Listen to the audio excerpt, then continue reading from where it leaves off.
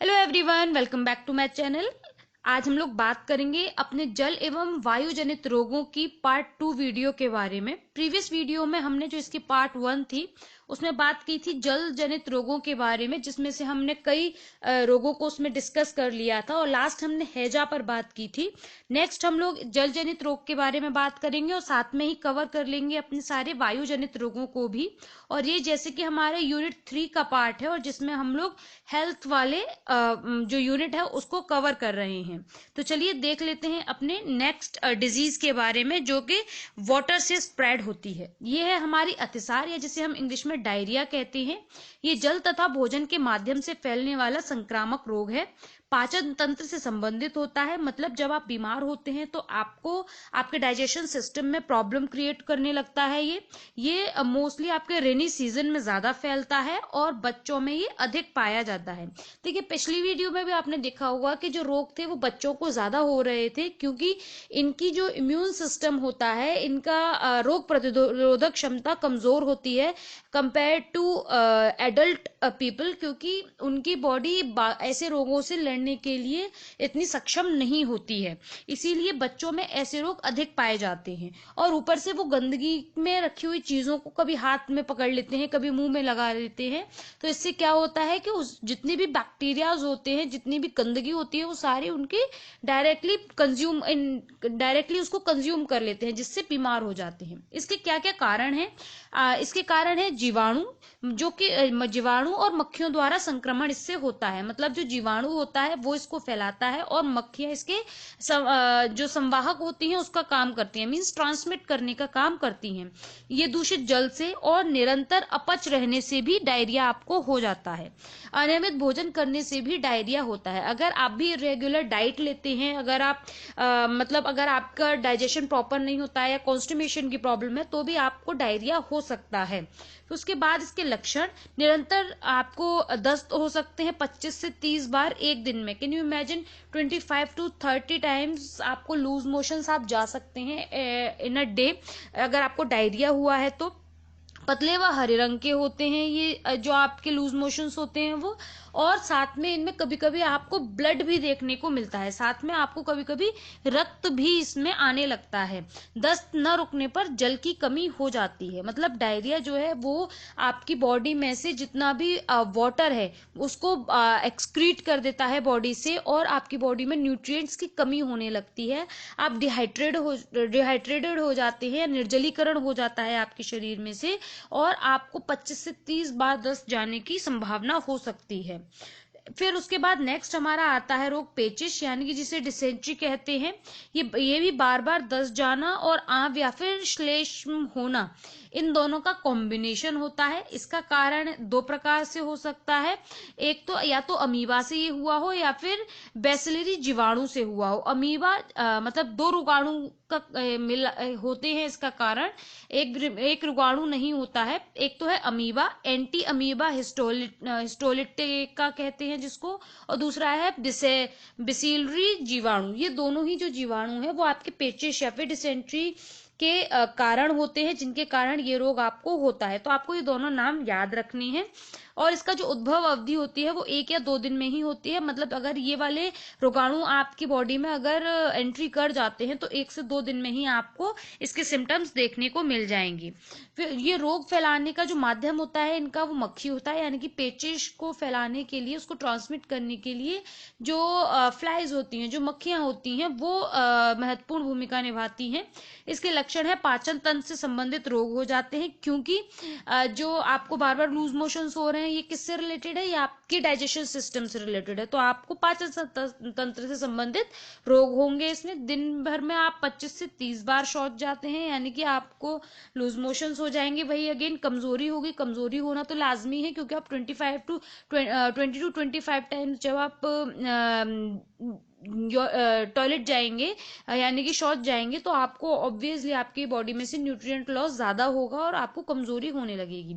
इसमें एक और लक्षण ऐड हुआ है, जो कि 103 डिग्री फ़ारेनहाइट से लेके 104 डिग्री फ़ारेनहाइट तक का आपको फीवर हो सकता है, जो कि आपके हमने जो बात की थी अतिसार यानी कि डायरिया में आपको ये वाला सिम्टम देखने को नहीं मिल रहा था, ये आपको पेचिश में देखने को मिलेगा। फिर उसके बाद हमारा इसका उपचार आता है। इसमें आपको हल्का और सुपाच्य भोजन देना है, यानी कि आपको लाइट और इजी टू डाइजेस्ट फूड देना है। जैसे कि आप दलिया दे सकते हैं, दाल का पानी दे सकते हैं, या फिर आप टोमेटो सूप दे सकते हैं, या फिर आप जूसेस दे सकते हैं। इस तरीके की चीजें आप इसमें दे सकते हैं। फटे दूध का पानी, मट्ठा, जौ का पानी आदि तथा फलों का रस आप इसमें प्रोवाइड कर सकते हैं। फिर उसके बाद आते हैं हमारा सेकंड जो पॉइंट है, वो है वायु जनित रोग। जैसा कि मैंने प्रीवियस वीडियो में भी कहा था कि ये पूरी थर्ड यूनिट का सबसे इम्पोर्टेंट पॉइंट है, जो हमारा हम पिछली वीडियो में और इस वीडियो में पढ़ रहे हैं। तो इसमें नेक्स्ट हमारा सब पॉइंट इसमें कवर हो रहा है वायु जनित रोग, जिसमें पहला है हमारा चेचक, जिसे हम बड़ी माता भी कहते हैं और इंग्लिश में हम इसे स्मॉल पॉक्स कहते हैं। देखिए दोनों में कितना मतलब कॉन्ट्राडिक्टरी टर्म है। इसमें हम बड़ी माता कह रहे हैं और यहाँ हम इसे स्मॉल पॉक्स कह रहे हैं। चलिए, फैलने का इसका मुख्य कारण होता है विशेष जीवाणु या फिर वायरस होता है, जिसके कारण ये फैलता है। श्वसन तंत्र के माध्यम से शरीर में प्रवेश करता है। चेचक या बड़ी माता जो है वो आपके रेस्पिरेटरी ट्रैक से आपकी बॉडी में एंटर करती है, इसको आपको याद रखना है। इसे शीतला रोग भी कहते हैं। आपको कमेंट सेक्शन में बताना है कि इसे शीतला रोग क्यों कहते हैं। जिसका आंसर सही होगा उसे मैं पिन कर दूंगी, सो दैट जिन्हें आंसर नहीं पता होगा उन स्टूडेंट्स को आंसर पता चल जाएगा।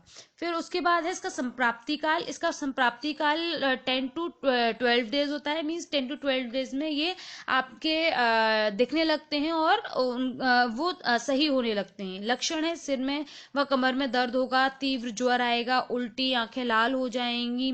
3 से 4 दिन बाद इन जो लाल लाल दाने होते हैं उनमें मुंह आ जाएगा, मतलब उनमें व्हाइट कलर का एक मुंह सा दिखाई देने लगता है। 9 से 10 दिन बाद खुरंट बनने लगता है और 10 से 12 दिन में खुरंट गिर जाते हैं और लास्ट में पर इसमें आपके दाग रह जाते हैं, यानी कि आपको स्पॉट्स रह जाते हैं आप जब आपको चेचक होता है, तो चेचक या फिर स्मॉल पॉक्सेस में।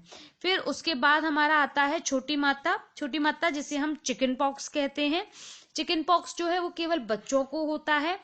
विषाणु रोगी के थूक, मल, छींक व नाक के द्वारा ये स्वावित होते हैं, मतलब ये स्प्रेड होते हैं या तो थूक के द्वारा या मल के द्वारा या छींक के द्वारा।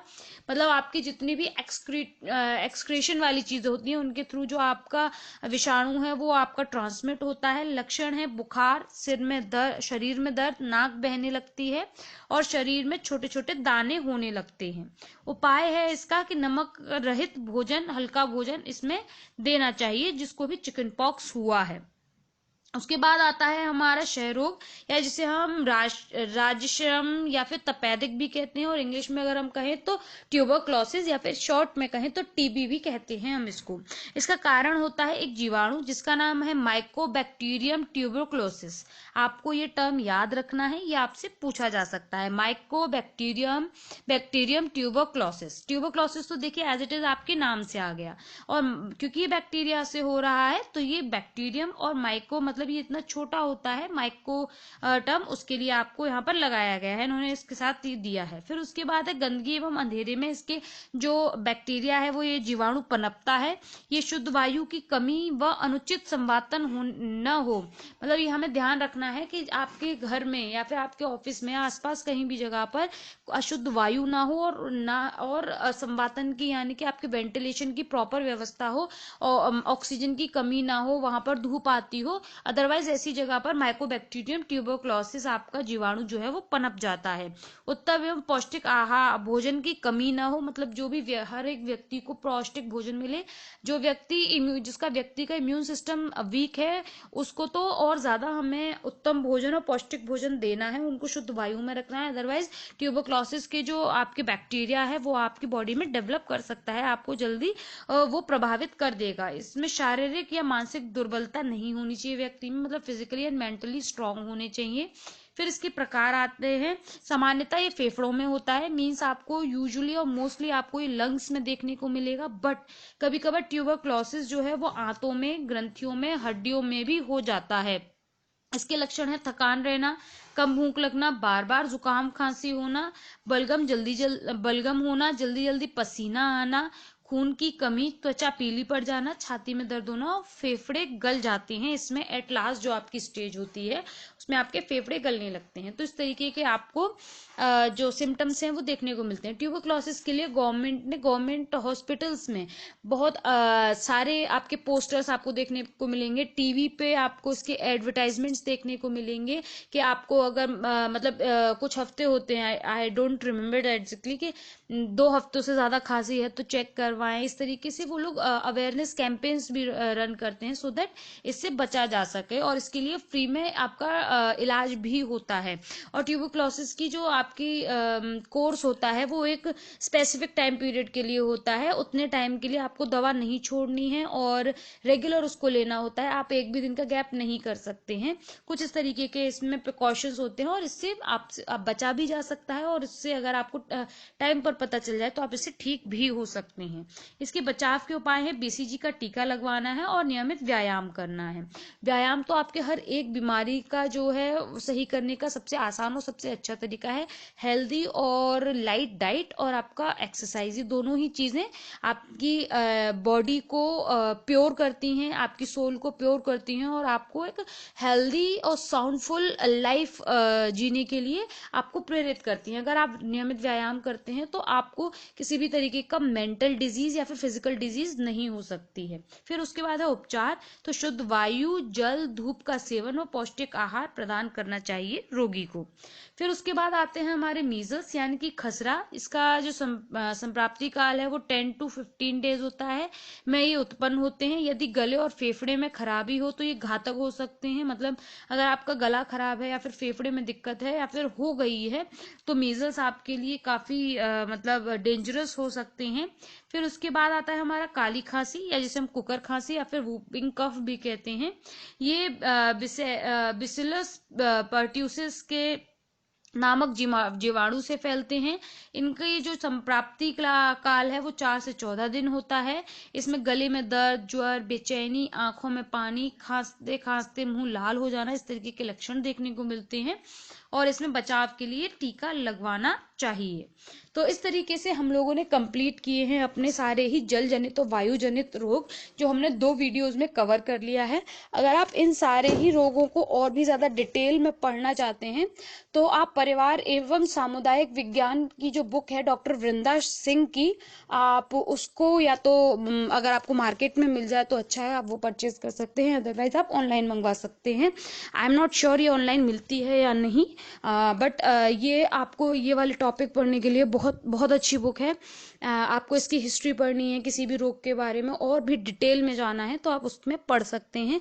अगर आप नेट वगैरह का एग्जाम दे रहे हैं तो पीजीटी में मैंने अभी सिलेबस बहुत अच्छे से देखा नहीं है, तो आई थिंक उसमें भी अगर ये टॉपिक हुआ तो आप उसके लिए भी पढ़ सकते हैं।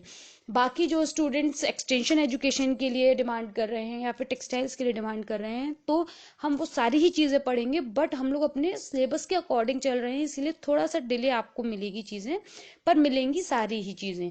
अब जैसे कि इसके बाद हम लोग पीजीटी को देखते हुए सिलेबस को भी चलेंगे, जब हमारा ये सारा सिलेबस कंप्लीट हो जाएगा और साथ में हमें भी प्रैक्टिस सेट्स को भी अभी फॉलो करना है तो हम वो भी करेंगे। तो इसीलिए सारी ही चीज़ें साथ में होना ज़रूरी है।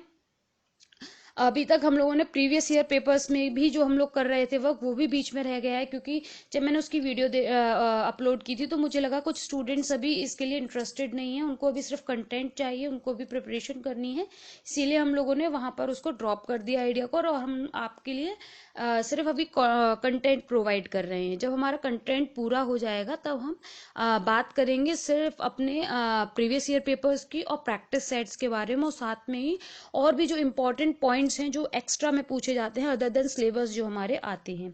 आई होप आपको ये वीडियो अच्छी लगी हो तो इसको लाइक कीजिए, शेयर कीजिए और कमेंट सेक्शन में अपने व्यूज़ बताइए, जो भी आपको वीडियो में रिलेटेड अच्छा लगा हो या बुरा लगा हो, या फिर आप कोई सजेशन देना चाहते हैं, कोई क्वेश्चन हो, आप मुझे इंस्टाग्राम हैंडल पर भी पूछ सकते हैं। I will try my best to give you answers there as well.